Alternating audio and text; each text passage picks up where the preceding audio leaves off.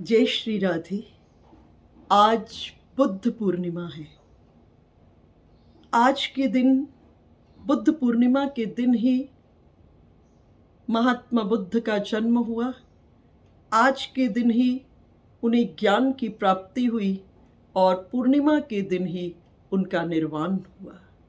आज का दिन महलों के भीतर में सिद्धार्थ गौतम के जन्म का स्मरण कराता है। भविष्य वक्ताओं ने उनके जन्म की भविष्यवाणी की कि आप बहुत बड़े कालांतर में विरक्त भिक्षु होंगे। जैसे ही सुना, महलों में चिंता जन्म ले ली। आदेश हो गया महल के भीतर में कि इनको बहुत भोग विलासिता के भीतर में रखा जाए। जरा भी समाज का दुख, जगत का दुख इन्हें स्पर्श न करे। और ऐसा करते करते 28 बरस जीवन के गुजर गए और एक दिन मन में तीव्र इच्छा जन्म ली कि मैं देखूं इस महल के बाहर भी क्या है। और भ्रमण की इच्छा, सारथी को लेकर रथ पर बैठकर बाहर निकले और थोड़ी दूर गए, दृष्टि पड़ी एक वृद्ध व्यक्ति पर। सारथी से पूछे, ये कौन है?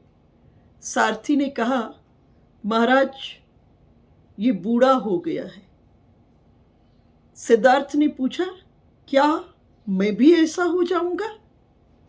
सारथी ने कहा, ये इस जगत का नियम है, जो जन्मा है उसे बचपन, जवानी और बुढ़ापे से गुजरना पड़ता है उसे। सुनकर मन में एक शोक सा, एक अंतर में वेदना हुई। थोड़ा दूर आगे बढ़े, एक रोगी को देखे। पूछे, कौन है? सारथी ने कहा, इसका शरीर रुग्ण हुआ है। पूछे, क्या मैं भी रोगी हो सकता हूं? सारथी ने कहा, कल का किसी को कुछ पता नहीं है, किसी वक्त इस देह को कुछ हो सकता है। फिर आगे गए, देखिए 4 व्यक्ति एक लाश को उठाए ले जा रहे थे। पूछे, ये क्या है? सारथी ने कहा, ये व्यक्ति मर गया है, इसकी मृत्यु हो गई है। पूछे, क्या मुझे भी मरना पड़ेगा? सारथी ने कहा, महाराज, एक निश्चित आयु के बाद प्रत्येक व्यक्ति को इस जगत को छोड़ना पड़ता है और इस छोड़ने की प्रक्रिया यही है कि मरना पड़ता है। थोड़ी दूर आगे बढ़े तो एक भिक्षु को देखे। ये भिक्षु शरीर पर एक कोपिन पहने हुआ, लेकिन इतना तेज कि इसकी तेज से दिशाएं देदीप्यमान हो रही थी। उसके तेज को देखकर पूछे सारथी से, ये कौन है?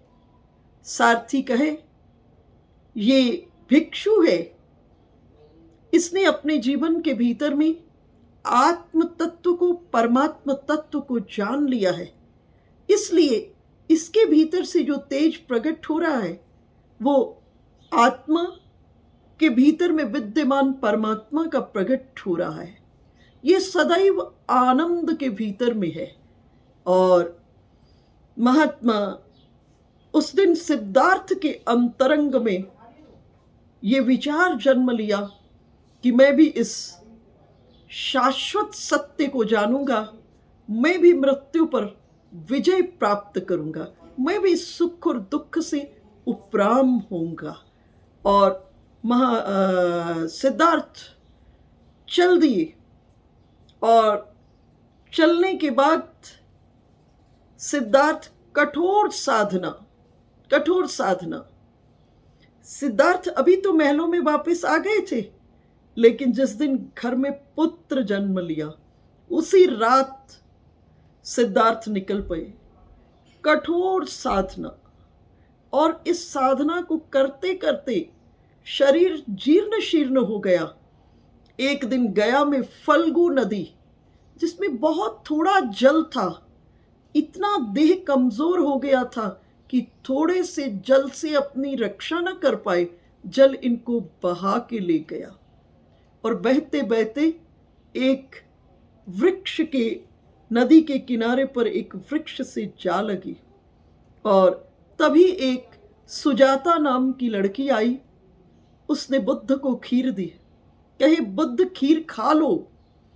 महात्मा बुद्ध ने खीर को खाया और उसके बाद सबसे पहला उपदेश कि वीणा की तार को इतना भी ढीला मत छोड़ना कि उससे संगीत ही ना निकले, और वीणा की तार को इतना भी ना कस देना कि वो वीणा ही, तार सहित वीणा की जो तार है वो टूट जाए।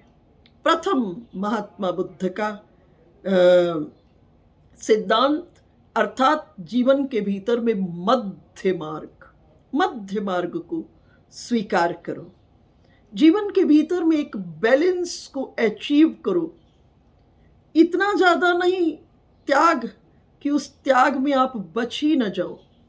इसीलिए सनातन धर्म ने किसी चीज को छोड़ने के लिए नहीं कहा। सनातन धर्म ने कहा छूट जाए। छोड़ने का अर्थ है अभी इसमें रस बाकी है, और छूट जाने का अर्थ है कि अब इसमें रस बचा ही नहीं है। धर्म की समय समय पर अनेक परिभाषाएं कही गई, लेकिन महात्मा बुद्ध ने बहुत सुंदर धर्म को डिफाइन किया, परिभाषा दी।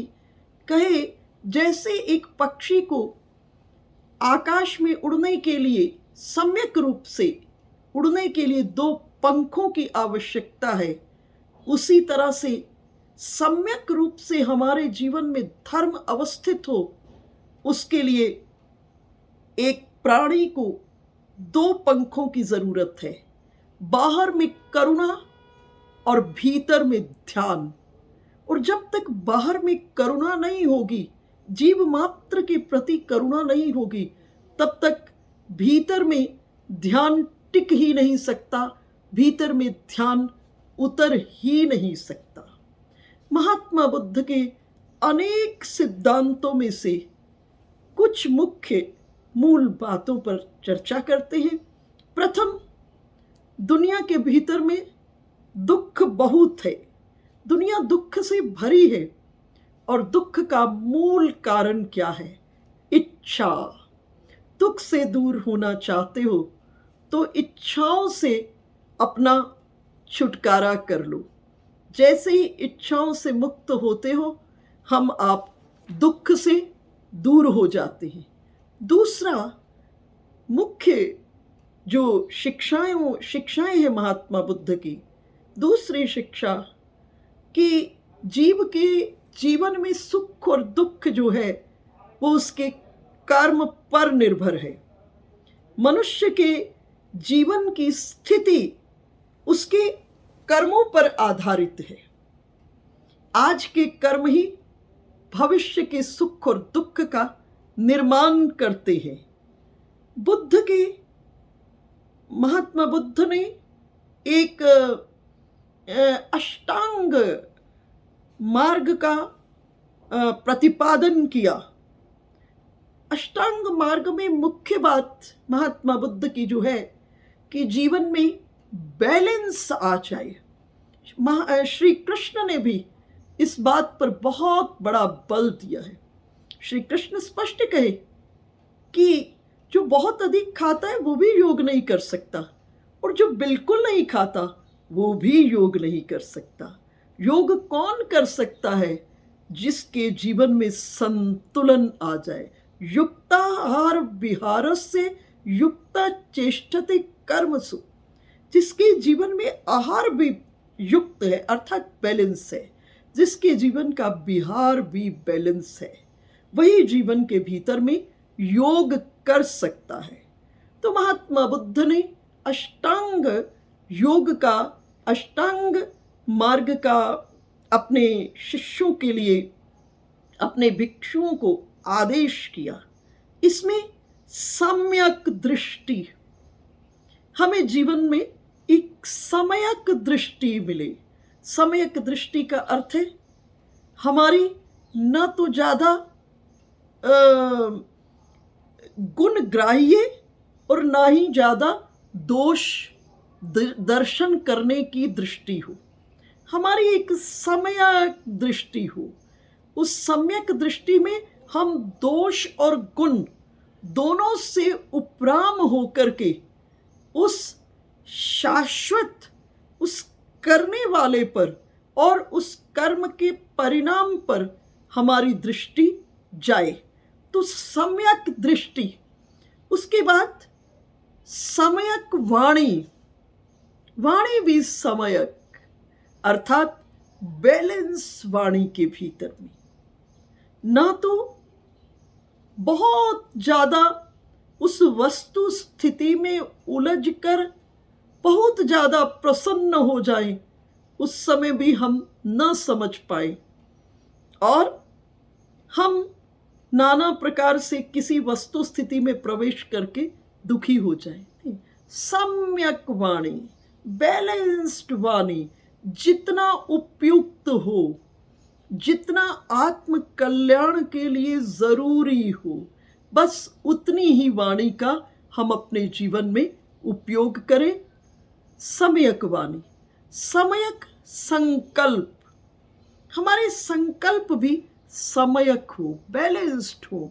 जरा से आवेश में आकर हम बहुत बड़े त्याग का संकल्प न कर लें, बहुत बड़े आवेश में आकर के हम बहुत बड़े प्राप्ति के लिए संकल्प न कर लें। सम्यक संकल्प बहते रहे धारा के भीतर में, आप एक धारा में बहते रहे। देखिए, पाप और पुण्य दो किनारे हैं, नदी के दो किनारे हैं।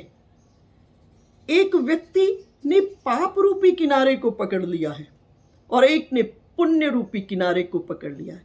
एक ने धर्म रूपी किनारे को पकड़ लिया है और दूसरे ने अधर्म रूपी किनारे पर पकड़ लिया है। लेकिन है तो दोनों ही किनारे पर। मंजिल पर, सागर पर कौन पहुंचेगा? जिसने अपने को धारा के भीतर में छोड़ दिया है।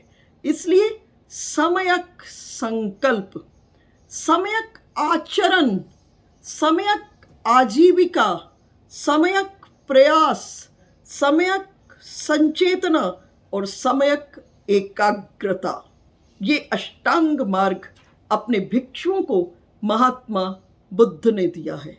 और अगर हम इस सम्यक वृत्ति को जीवन में अपना लेते हैं तो आप पाएंगे कि जीवन के भीतर में बहुत बड़ी शांति को अनुभव करेंगे, बहुत बड़े आनंद को अनुभव करेंगे। और आज महात्मा बुद्ध के निर्वाण, ज्ञान और जन्म की पूर्णिमा है।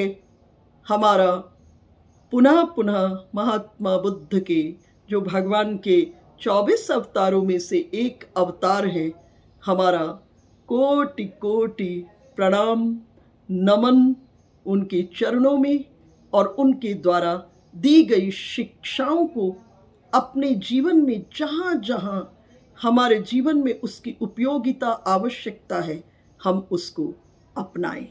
तथास्तु। जय श्री राधे।